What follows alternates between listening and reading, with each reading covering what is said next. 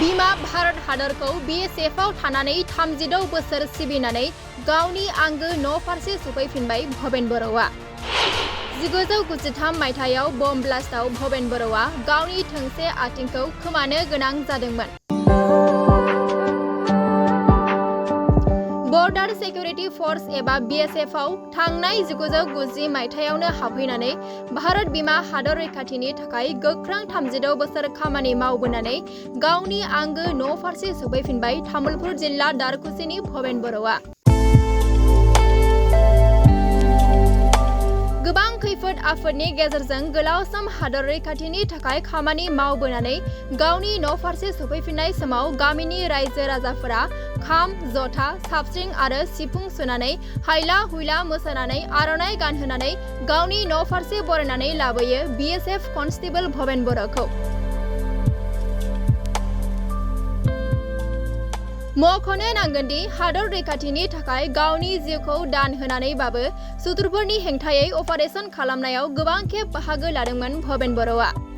1993 मायथाइयाव जम्मु काश्मीराव सोमजिनाय सुथुरफोरनि हेंथायै अपारेशनाव बमा ब्लास्ट खालामनायाव गावनि थोंसे आथिंखौ खोमानो गोनां जादोंमोन। काश्मीरनि उग्रबादिफोरखौ फोजोबनो थाखाय अपारेशन खालामनानै आर्मि गारिजों फैफिनबाय थानाय समावनो गारियाव बमाजों गावफ्रुनायनि जाहोनाव गोबां जोखोम जानो गोनां जादोंमोन। गोबां खैफोदजों जुजिनानैबाबो बीमा हादर सिबिनायखौ नागाराखै कनस्टेबल भबेन बर'आ। गोबाव सम 1 बोसोर 6 दान फाहामथाय लानानै फिन आरोबाव हादरनि थाखाय गावखौनो गोख्रों साखाफारा खालामफिनदों आरो हादर सिबिनायाव बाहागो लाबोदों भबेन बर'आ। BSF कनस्टेबल भबेन बर'आ भारत हादर रैखाथिनि थाखाय गोबाव सम खामानि मावबोनानै गावनि आंगो न'आव सफैफिननाय समाव रायजो राजाफोरा दोलै नोगोरै बरायनायखौ गोजोननायजों हामलायथि आरो साबायखर बावहरो।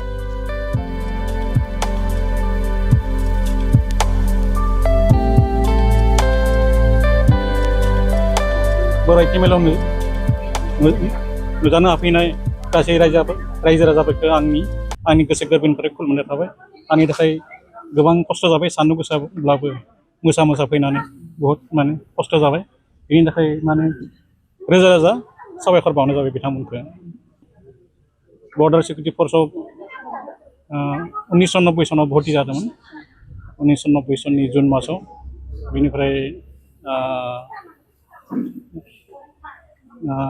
36 मास साख्रि मावनाय उनाव दिनै आं हाजिरा लानानै न'आव सफैफिनबाय।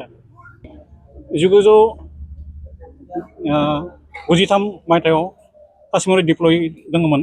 बै समाव गोबां एनकाउन्टाराव मोगा मोगि जानो गोनां जादोंमोन। गिदिर मोनबासो जों एनकाउन्टार जालायनो मोनदों। बेनिफ्राय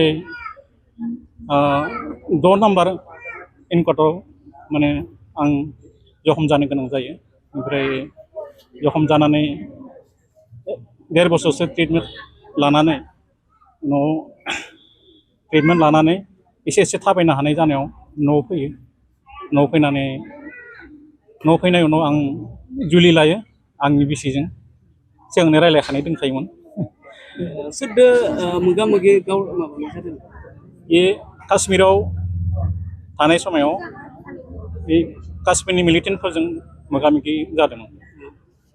ओमफ्राय मालाबा जोंनि खहा जायो, मालाबा बिसोरनि खहा जायो, ओरै जालायबाय थायो। राजाखौ आं माबोरै साबायखर बावनो आंहा दा आंनियाव रावानो गैया। गोबां खस्थ' जाबाय आंनि थाखाय, आरो आंखौ बेबायदि गाजा गोमजायै बरायबाय। बेनि थाखाय जोबोद खुसि मोनदों। आरो आं सासे फिसा रेंकनि मानसिब्लाबो आंखौ बहुद मोजाङै बरायदों, सनमान होदों। बेनि थाखाय आं रोजा रोजा साबायखर बावनाय जाबाय, बहुद गोजोननाय मोनदों। नोंथाङा बबे जायगायाव सार्भिस मावनो गोनां जादों? आं सार्भिस मावनाया समाव ट्रेनिं खालामदोंमोन मणिपुराव। मणिपुरनिफ्राय आं आसामावनो फैदोंमोन, करिमगन्जआव, सिलचर करिमगन्ज। बेनिफ्राय बिनि उनाव पान्जाबाव थांदों। पान्जाबाव बोसोरथाम थानानै आरो पान्जाबनिफ्राय आरोबाव जम्मु काश्मीराव थांनाय जायो। बै जम्मु काश्मीराव थानाय समाव जों मिलिटेन्टफोरजों इनकाउन्टार जालायनानै आंहा एसे डिसेबल जानो गोनां जादों 1993 आगष्ट मासाव जादोंमोन